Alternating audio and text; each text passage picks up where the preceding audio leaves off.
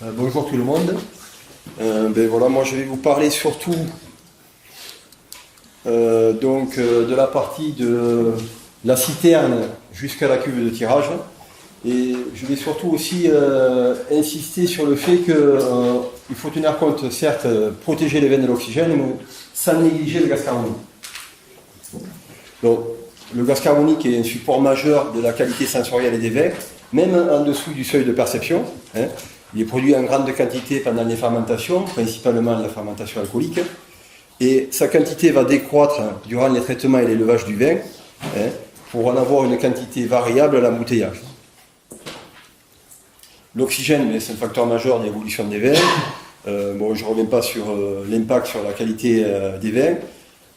On sait maintenant depuis plusieurs années qu'il faut protéger des vins blancs et rosés à boire jeune de l'oxygène, et que plus de milligrammes d'oxygène dans un vin, ça a un impact direct sur le SO2, les arômes et la couleur.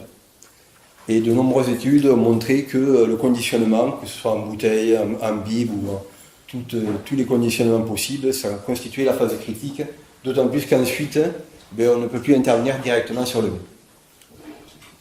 Alors, l'objectif industriel qui me paraît qui est raisonnable jusqu'à la cuve de tirage, c'est d'avoir moins de 0,5 mg d'oxygène dissous par litre. Et d'ajuster la teneur en CO2 en fonction du type des objectifs commerciaux du vin, entre 300 et 1500, en tenant compte d'une éventuelle perte de 50 à 150, voire 200 mg par litre au moment du tirage. Alors, quelques valeurs de solubilité. Alors, on voit qu'il y a déjà une différence entre l'eau et le vin, puisque dans le vin, il y a de l'alcool et il peut y avoir des sucres. Mais globalement, retenez cette teneur de 8 mg, et on ne peut pas dissoudre à 20 degrés et 1013 hectopascales plus de 8-9 mg par litre d'oxygène. Le gaz carbonique, dans l'eau, voire dans l'air, si le vin est au contact de l'air, il va naturellement baisser jusqu'à une valeur très très faible, inférieure à 1 mg, mais que si il y a du CO2 pur au-dessus du vin, on peut aller jusqu'à 1460 mg. Je dis bien à pression atmosphérique. Bon, l'air en contient aux alentours de 20%, l'air humide. Il faut savoir donc que l'oxygène et l'azote sont beaucoup moins solubles que le gaz carbonique dans le vin, que la solubilité de l'oxygène et du gaz carbonique augmente quand la température diminue. Alors à 0 degré, la solubilité de l'oxygène est multipliée par 1,6 par rapport à 20 degrés, celle du gaz carbonique 1,8 et celle de l'azote 1,9. La solubilité donc à l'oxygène et celle du gaz carbonique, de tous les gaz en particulier, mais enfin les deux gaz qui nous concernent, augmentent quand la pression augmente. Et ça, c'est linéaire. En revanche, je vous rappelle donc que la consommation de l'oxygène est accélérée quand la température augmente. Alors, une loi importante dans tout ce qui est dans les transferts de vin, c'est la loi de Fick, qui permet de déterminer la vitesse de dissolution de l'oxygène en fonction, premièrement, du coefficient de solubilité, de transfert de l'espèce, donc de l'oxygène. A, c'est la surface de contact, et surtout le rapport entre la concentration saturante, qui on va dire aux alentours de 8 mg, et la concentration initiale. Donc on voit bien que la vitesse de dissolution va augmenter, quand la surface d'échange va augmenter, et quand la teneur en oxygène initiale est faible. Donc plus on aura un vin faiblement, avec peu d'oxygène, et plus sa vitesse de dissolution va être importante. Donc plus il va falloir le protéger, si on veut rester à des niveaux bas. Et inversement, si on part d'une teneur en oxygène forte, par exemple si je prends 3-4 mg, ça va être plus difficile de l'enrichir de 2 à 3 mg par litre. Et inversement, la vitesse d'évaporation augmente quand la surface d'échange augmente, et pour le CO2, quand sa teneur en CO2 initiale est forte. Alors bon, nous on a contrôlé dans les années 2000 plus de 14 000 hectos de vin en continu, C'est-à-dire qu'on faisait des mesures d'oxygène, on avait mis des sondes en amont et en aval d'un appareil, et sur la cuve de départ et la cuve d'arrivée. On a contrôlé les mises en bouteille, des chaînes de conditionnement, et ça nous a permis donc de quantifier les apports, de localiser les événements au point critique, et aussi de proposer des solutions. Alors ça, c'est un exemple de réception par pompe péristaltique, une citerne de 250 hectos de vin rouge, où vous voyez, on rentre avec une valeur dans le camion qui était relativement faible, moins de 1 mg par litre. Alors là, on voit ici que le circuit avait été inerté préalablement à l'azote, et on voit que le démarrage de la pompe après inertage des manches à l'azote est très peu pénalisant, puisque dans les 10 premières minutes, on est à plus 0,5 mg par litre. Ensuite, vous voyez qu'un arrêt de pompe, et finalement, c'est un artefact, hein, c'est faible. Et là, c'est un peu plus pénalisant, c'est la fermeture de la poche de la citerne. Et ensuite, il y a l'arrêt de la pompe. Mais qu'au final, dans des conditions industrielles de pompage, hein, c'est surtout l'étape de démarrage et de fin d'opération qui sont pénalisantes. Et quand on inerte ce démarrage et la fin de l'opération, eh bien, on arrive à bien maîtriser l'apport en oxygène de l'opération. Deuxième exemple, filtration sur Kieselguhr. Alors ça, c'était un vin rosé. C'était un filtre de 25 mètres carrés de surface. Le débit était de 200 hectolitres/heure. La capacité de la cloche était de 16 hectos. Le vin était à 20 degrés. Donc on est vraiment dans les conditions industrielles. Bon, là, on avait un vin qui sortait du froid, hein, donc il était à 2,7 mg d'oxygène. Alors, on voit ici que, on a encollé avec le vin infiltré. Donc, vous voyez, ici, c'est très pénalisant. Pourquoi? Parce que c'est tout l'oxygène qui était piégé dans le Kieselguhr, hein, puisque le Kieselguhr a plus de 90% constitué d'air. Et bien, cet oxygène qui est piégé dans le Kieselguhr, au fur et à mesure que le vin passe dessus, eh bien, il est relargué, il est éliminé par le vin. Mais du coup, c'est le vin qui s'enrichit. Et au bout de 20 minutes, vous voyez, bon, on a un peu purgé, l'équivalent, c'est qu'on a purgé le Kieselguhr avec le vin. Voilà. Et là, bon, la mise en bypass, là, ici, du filtre pour la vidange. Et la vidange se faisait à l'air comprimé, donc du coup, c'est très pénalisant. Voilà. Donc là, eh bien, c'est le contre-exemple du pompage. Du pompage par pompe péristaltique, vous voyez que là, on peut très vite aller sur des valeurs importantes.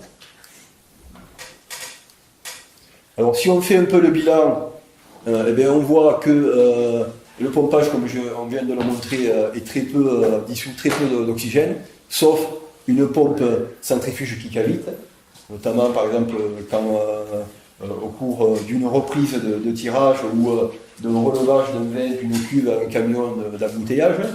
Il y a également, au moment de la clarification, on l'a vu pour le filtre à Kieselguhr. Alors sachez que si par exemple vous mettez un injecteur de gaz au refoulement du filtre à Kieselguhr, si vous envoyez de l'azote, ça permet, on peut réduire même l'oxygène initial. Donc c'est facilement corrigeable. Alors ensuite, bien sûr, les deux points critiques dans la préparation des vins, c'est la stabilisation tartrique et la mise en bouteille. Alors stabilisation tartrique, notamment des stabilisations tartriques classiques, où là, dès qu'il y a un vin froid, mouvement, au contact avec l'air. Alors pour la cuve de remplir la cuve de stabilisation ou filtrer le vin froid. Alors la mise en bouteille, bon, on y reviendra après, Jean-Baptiste y reviendra après, mais vous voyez que là aussi ça peut être très pénalisant, et c'est surtout variable d'une unité à une autre. Bon, une petite parenthèse pour le bag-in box. Eh bien, le bag-in box, étant donné qu'il est vide d'air, sans prendre trop de précautions, eh bien, on dissout peu d'oxygène. Maintenant, il y a d'autres problèmes avec l'espace de tête qui est plus important, et également le fait que le bag-in box est plus perméable au gaz qu'une bouteille bouchée. Alors tout ça, ça nous amène à des apports, si on fait le cumul des apports de ces opérations, on arrive à des valeurs qui peuvent être très variables et d'un facteur de 10. À cela, il faut rajouter au moment de l'oxygène de l'espace de tête. Alors, j'insiste une première fois, Jean-Baptiste développera le sujet, mais c'est vraiment très important, cette notion de maîtrise de l'oxygène dans l'espace de tête. Donc, la marche à suivre, quand on se penche un petit peu sur la façon de maîtriser les apports d'oxygène dans ces phases de préparation du vin, il faut décrire la procédure en place, il faut rationaliser la procédure. Je dis rationaliser parce qu'il y a beaucoup de choses qui ont été écrites et testées. Donc ça ne sert à rien de réinventer la roue, s'appuyer sur l'existant et sur l'expérience acquise des gens qui ont travaillé dessus. Bien sûr, il faut contrôler l'oxygène à tous les stades de l'opération. C'est d'autant plus simple que maintenant, avec l'arrivée de la luminescence et de la généralisation de la luminescence, ça permet des contrôles plus ou moins rapides à tous les points, que ce soit sur la tuyauterie, les vidanges et bien sûr les bouteilles. Alors établir un diagnostic, après, apport, point critique, tester des solutions et ensuite valider la nouvelle procédure. Bon, c'est un peu le schéma de l'assurance qualité.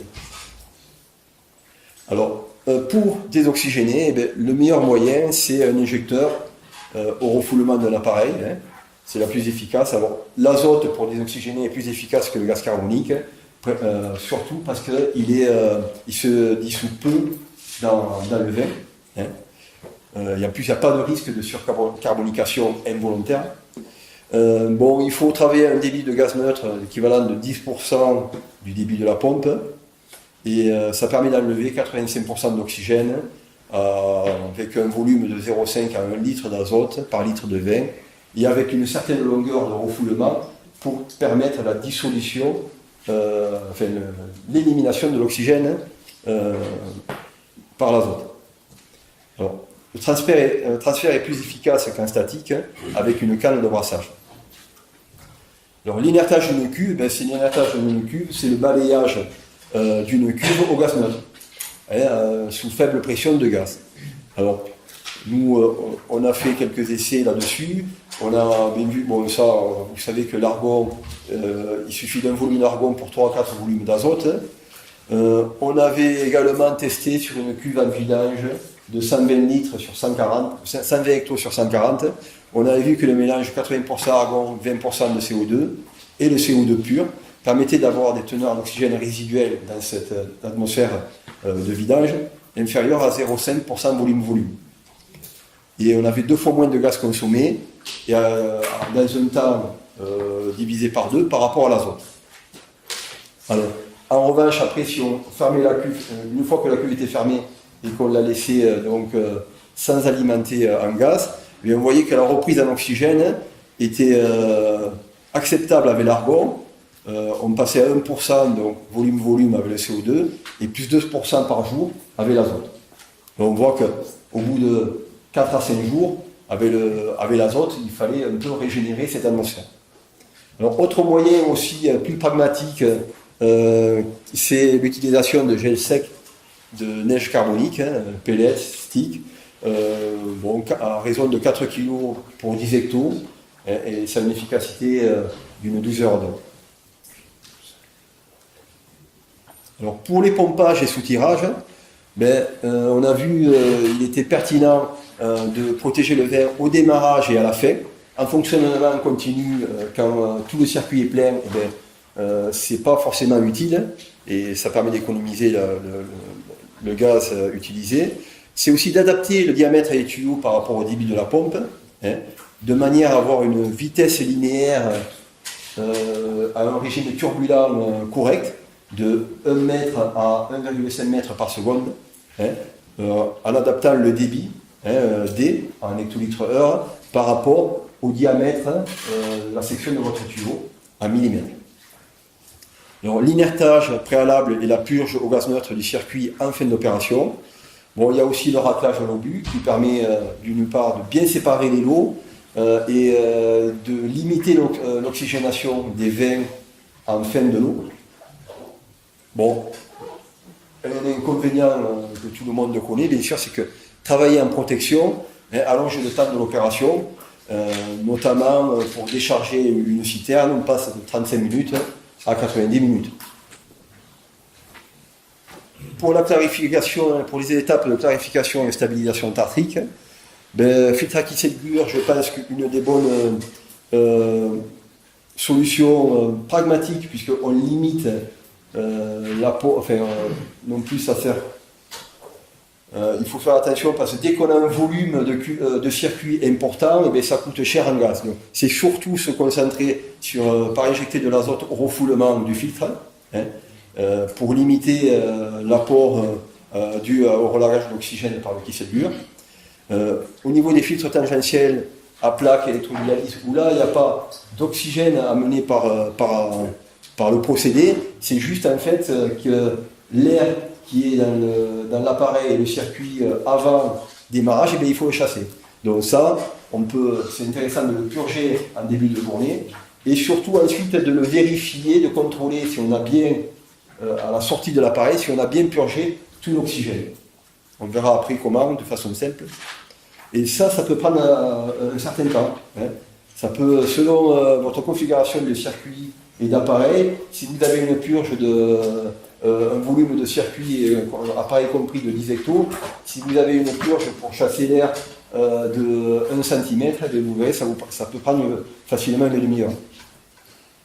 Stabilisation tartrique traditionnelle, inertage du cristal isoire, de la cuve isotherme jusqu'à la vidange, pour protéger notamment le vin froid en mouvement, donc au moment du remplissage de la cuve stabilisation ou au moment de la filtration du Kissel-Gur, une fois que le vin a été traité. Alors, comment mesurer l'oxygène d'une vidange ou comment savoir si on a bien inerté un circuit? Un oxymètre suffit. Alors il y en a certains qui ne donnent pas accès au pourcentage volume-volume, donc on peut s'appuyer sur le pourcentage de saturation. Donc on insère la sonde simplement dans le tuyau en sortie, et dans le trou de bonde ou dans la cheminée, et on regarde. Alors 2%, l'objectif c'est d'avoir 2% d'oxygène volume en résiduel, ou 10% de la saturation. Rappelez-vous, l'air en contient 20%, donc 20% c'est 100% de saturation. Donc si 2% volume, c'est simplement 10% de la saturation dans l'air. Voilà. Et au final, ces valeurs-là, ça permet au maximum de dissoudre 0,84 mg par litre d'oxygène, vraiment sur les couches superficielles du vin qui sera en contact. Alors, à l'heure actuelle, nous on travaille sur des nouveaux procédés qui permettent de gérer conjointement l'oxygène et le gaz carbonique. C'est les contacteurs membranaires qui permettent les séparations liquide-liquide dans le cadre par exemple de la désalcoolisation. Mais là, il s'agit de séparation liquide-gaz où on va faire, c'est le cœur de l'appareil, c'est une membrane, un assemblage tissé de fibres creuses hydrophobes. Cette interface hydrophobe va permettre le passage de petites molécules de gaz, oxygène et gaz carbonique, sans qu'il y ait mélange des phases. Alors dans le lumen side à l'intérieur, il y a un gaz qui circule ou est couplé avec du vide, et à l'extérieur, dans le shell side, c'est le vin. Alors on a travaillé sur des pilotes. C'est un système qui peut travailler en ligne d'embouteillage, en intégrant une cuve tampon sur la ligne, ou de cuve à cuve. Alors à l'heure actuelle, il y a eu l'agrément alimentaire de la membrane aux États-Unis, mais pas encore en Europe. Il faut savoir qu'en Allemagne, c'est déjà utilisé, c'est autorisé. Et c'est en cours d'évaluation à l'OIV. Les répressions des fraudes, c'est voté, voilà, il faut en direct. Je savais que c'était en étape, c'était un point avancé. Voilà, c'est voté, donc on peut espérer là que la répression des fraudes devrait évoluer dans le bon sens. Au niveau de la réglementation européenne, ça sera traduit en droit européen, mais ça demande toujours quelques mois. Ouais. Non, mais ce que je veux dire, c'est que la répression des fraudes va nous permettre de faire des essais au niveau industriel. Voilà. Donc, il y a 4 modes de fonctionnement. Si on utilise le vide, si on fait passer le vide dans le lumen side, du coup, l'oxygène et le gaz carbonique vont aller du vin vers l'intérieur, puisque ils vont aller de la phase la plus concentrée à la phase la moins concentrée. Donc là, on peut aussi, après coup, là c'est un procédé qui diminue tous les gaz, oxygène et gaz carbonique. Si on veut carboniquer, on fait passer du gaz carbonique en légère surpression, et là l'oxygène va rester à peu près constant. Par contre, on va enrichir le verre en gaz carbonique. Et là, nous, on a travaillé à mettre au point deux modes opératoires qui permettent à un seul passage de pouvoir régler l'oxygène, diminuer l'oxygène, tout en ajustant la teneur en gaz carbonique. Alors là, c'est-à-dire on envoie un strip de CO2 dans le lumen side, et ça permet de diminuer l'oxygène et d'augmenter le gaz carbonique. Bon, on peut faire un strip à l'azote pour, si on veut, désoxygéner et décarboniquer un petit peu. Mais le mode qui vous convient le mieux en onologie, c'est-à-dire c'est le mode combo où on utilise un gaz couplé avec un léger vide. Et ça permet, si vous voulez, d'atteindre l'objectif que je vous ai cité au départ, c'est d'atteindre moins de 0,5 mg par litre d'oxygène, couplé avec l'ajustement de la teneur en CO2 de plus ou moins 400 mg par litre, ce qui satisfait plus ou moins les plus gros besoins dans les vins tranquilles. Bon, on a fait les 19 traitements dans les différents modes vide de carbone strip sur une solution de modèle. Bon, on a vu que le vin, ce traitement, quel que soit le traitement, on n'avait pas d'impact, pas de perte significative sur l'alcool, l'ester, les esters supérieurs et sur les esters et l'alcool supérieur au ratio de 1 litre de gaz pour 1 litre de vin. Alors, c'est vérifié aussi par la théorie. Vous voyez qu'ici, au ratio de 1 litre de gaz par 1 litre de vin, on arrive à enlever 85-90% de l'oxygène, on arrive à enlever jusqu'à 55% du CO2, mais par contre, toutes les molécules aromatiques sont très peu affectées. Mais c'est tout simplement aussi par le coefficient de partage. On voit que là, ici, c'est pour le coefficient de partage, c'est pour 1 litre. Si vous avez un volume pour une enceinte avec un volume d'1 litre de liquide, 1 litre de vin en contact d'1 litre de gaz, et bien l'azote, il y a 62 molécules qui vont aller dans le gaz pour une molécule qui va rester dans le vin. Et vous voyez que les différents esters, acides, etc., et bien, il va y avoir en fait finalement très, très peu de moles de ces molécules qui vont partir dans l'atmosphère. Alors bon, ce qui est intéressant aussi, c'est de voir le comportement de cet appareil par rapport à l'injecteur de gaz classique qui est couramment utilisé. Bon, mais pour régler l'oxygène et le gaz carbonique, il faut habituellement 2 passages, alors que pour le contacteur membranaire, on va pouvoir le régler à un seul passage. Un exemple, bon, c'était un exemple sur un rosé. L'objectif était relativement peu ambitieux, puisqu'il fallait passer de l'oxygène, un oxygène dissous de 0,8 à 0,4 mg par litre, et conserver le CO2 à 800 mg par litre. Donc là, on travaillait à 40 hectolitres hectare par hectare, mais voilà. Où on travaillait là d'abord dans un premier temps l'injecteur avec l'azote, où vous voyez on arrivait bien, on a baissé la teneur en CO2 de 814 à 617, et donc ensuite il a fallu le remonter à la teneur initiale. Alors qu'avec le contacteur membranaire, on arrivait à ne pas bouger la teneur en CO2 tout en baissant la teneur en oxygène à 0,4 mg par litre. Alors là non plus, pour les 2 traitements, que ce soit pour l'injecteur et pour le contacteur membranaire, notamment par rapport à cette notion de coefficient de partage, il n'y a pas de perte significative en éthanol, ester et alcool supérieur et pas d'impact sensoriel en test triangulaire. Par contre, au niveau consommation de gaz, il n'y a pas photo, il y a grosso modo, on utilise 4 fois moins de gaz. Au niveau mobilisation cuverie aussi, c'est nettement moins, et également au niveau temps passé par les cavistes. Bon, nous, à l'INRA Péchouve, on a appliqué tout ce savoir-faire acquis au cours de plusieurs années. On s'est équipé d'une ligne d'embouteillage pour les lots expérimentaux. Parce que bon, je pense que vous, dans la salle, il y a pas mal de gens qui commencent à avoir besoin de mettre en bouteille des lots expérimentaux, voire aussi un échantillonnage pour envoyer à des clients. Donc, on a traduit, si vous voulez, donc on a fait construire une chaîne de conditionnement avec une palette de filtration qui intègre un contacteur membranaire, une tireuse monotête avec inertage de la cuve de la bouteille et une boucheuse monotête qui permet des cycles vides de gaz neutre. Donc ça nous permet d'avoir sur des lots de 20 à 5 litres des mises en bouteille homogènes. Ça aussi, je pense que JB y reviendra.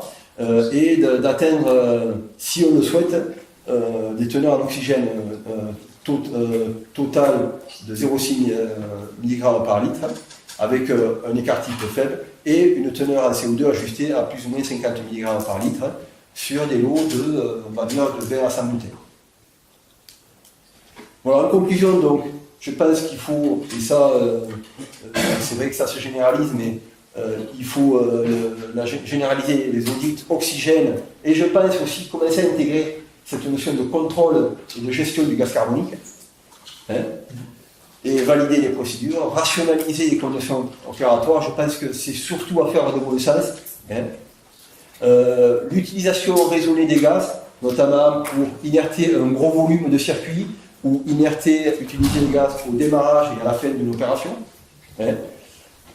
Avec l'explosion des modes de conditionnement, tous les modes de conditionnement d'emballage ne peuvent pas espérer atteindre la DLO d'une bouteille de bouchir, mais ça vous confronte, vous, à des notions de mode de consommation, de teneur en oxygène total, d'OTR et donc de DLO différentes. Donc il va vous falloir appréhender par la mesure des gaz dissous et la gestion de ces gaz dissous. Voilà.